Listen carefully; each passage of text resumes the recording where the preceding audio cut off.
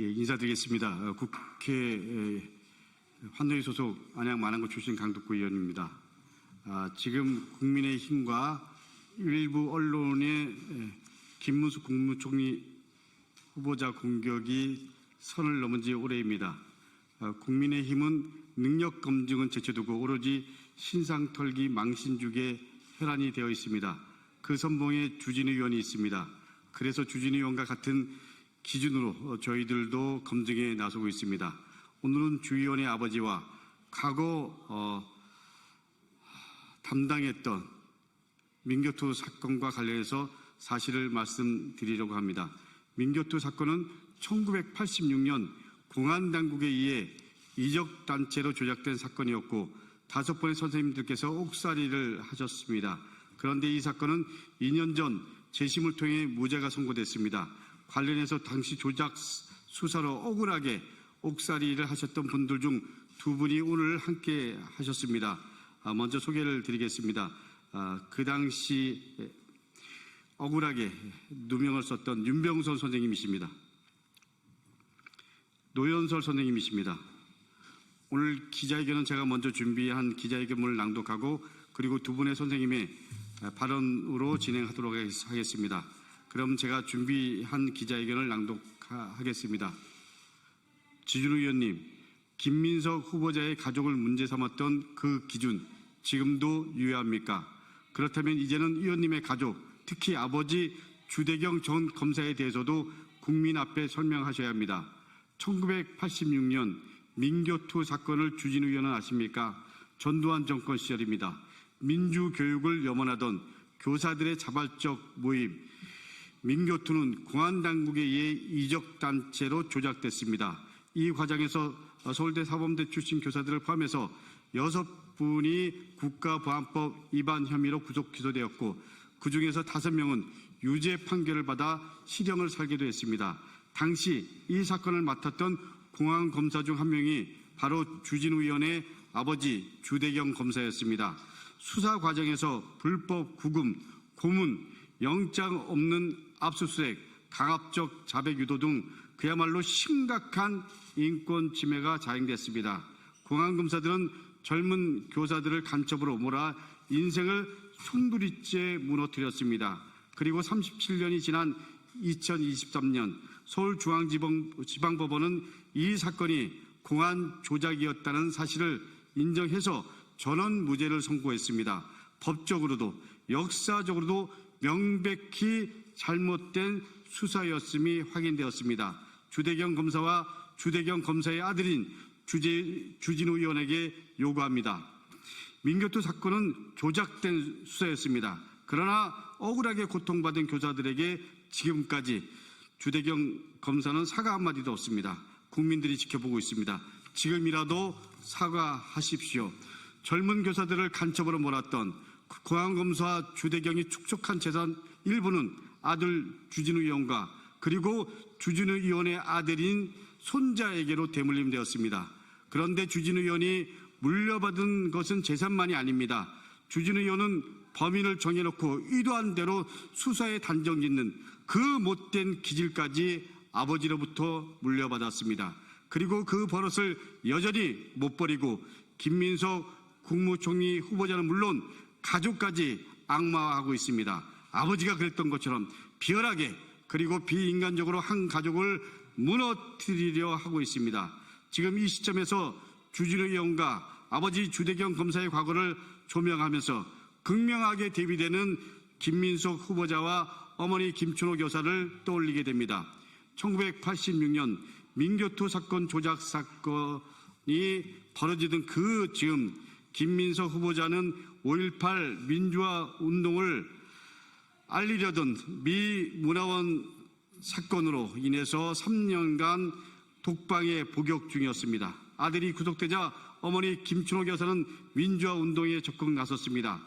민가협 초대 회장으로 그리고 아들은 물론 다른 민주화 운동 가족과 수감된 학생들을 돌보는 일에 앞장섰습니다. 김승훈 신부와 함께 박종철 기념 사업회를 발족시킵니다. 둘째 아들의 교통사고 보상금 전액을 기부해서 민주화 운동 일꾼들의 쉼터인 민화의 집을 건립하기도 했습니다. 어떻습니까? 국민 여러분, 시민 여러분, 주진우 의원이 아버지로부터 공안검사 DNA를 물려받았다면 김민석 후보자는 어머니로부터 민주화운동 DNA를 물려받았던 것입니다. 그래서 윤석열 검찰 독재 정권 내래세력의 찬당 주진우 의원이 민주주의를 복원하는 민주주권 정부 초대 국무총리 후보자 김민석을 공격하는 것입니다. 역사의 아이러니입니다. 주진우 의원, 누구를 비난하기 앞서서 먼저 본인과 본인의 가족을 돌아보고 검증해 보시기 바랍니다. 주 의원은 누구보다 도덕적 기준을 말하고 강하게 의혹을 제기하는데 그 기준이 남에게만 적용되는 것이라면 그야말로 정의를 가장한 위선입니다. 그 기준대로면 주 의원의 아버지와 주 의원은 피해 당사자들과 국민들에게 사과해야 마땅하고 그리고 역사의 심판을 받아야 됩니다. 그러나 그 할아버지, 그 아버지, 그 손자 다 떳떳하게 살아가고 있고 그리고 그 손자까지 대물림과 권력을 물려주기 위해서 현안이 되고 있는 것처럼 보입니다. 다시 한번 말씀드립니다. 저 강도권은 우리 국민들과 시민들과 함께 국민정부를 이끌어갈 이재명 대통령과 그리고 김민석 국무총리 후보자 새로운 시대를 열망하는 모든 분들과 함께 주진우 의원 그리고 주진우 의원이 속한 국민의힘과 함께 끝까지 싸우겠습니다. 그러면 두 분의 발언을 듣도록 하겠습니다.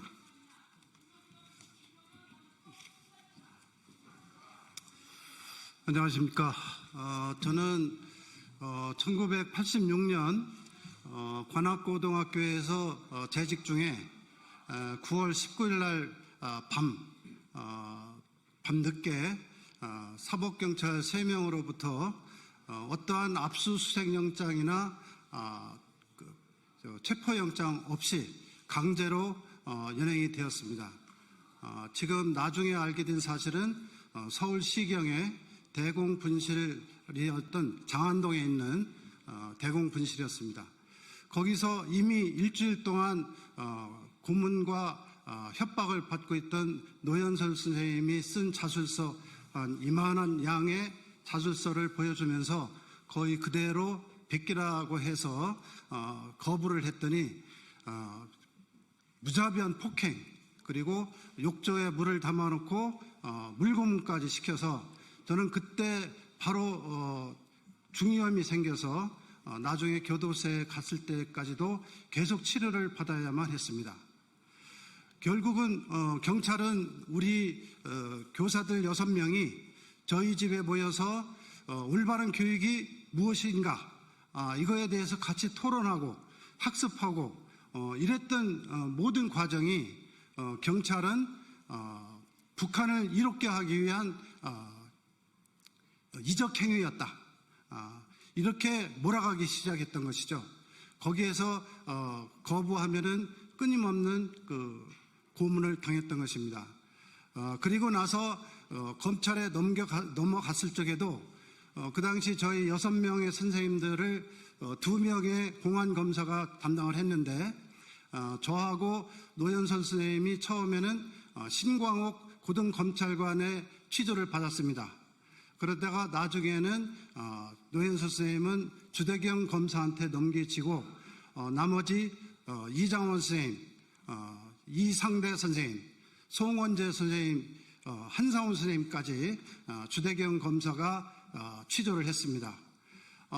제가 신광옥 검사로부터 취조를 받을 적에도 경찰에서 강제로 쓰게 만들었던 자술서를 그대로 인정해라.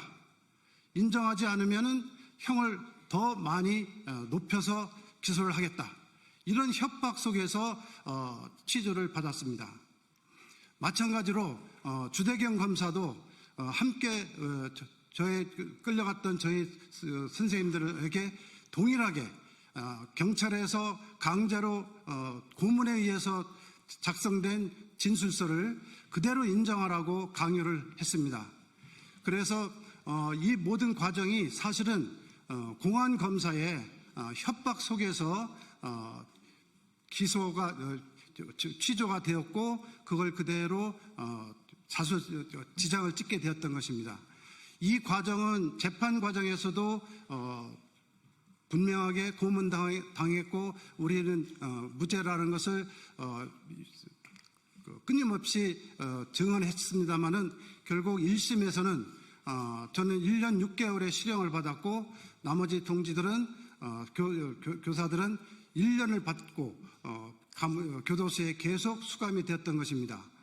다행히 6.29 선언이 나면서 바로 그 87년 7월 달에 6.25 선언이 나오고 나서 보름 후에 저희들은 집행유예로 풀려나긴 했습니다. 그리고 나서 37년 동안을 온갖 그 스트레스 속에서 물론 그 감옥 생활 10개월씩을 했고 그리고 경제적 피해 이 모든 것을 감수하면서 정신적 스트레스 속에서 37년을 살다가 겨우 2년 전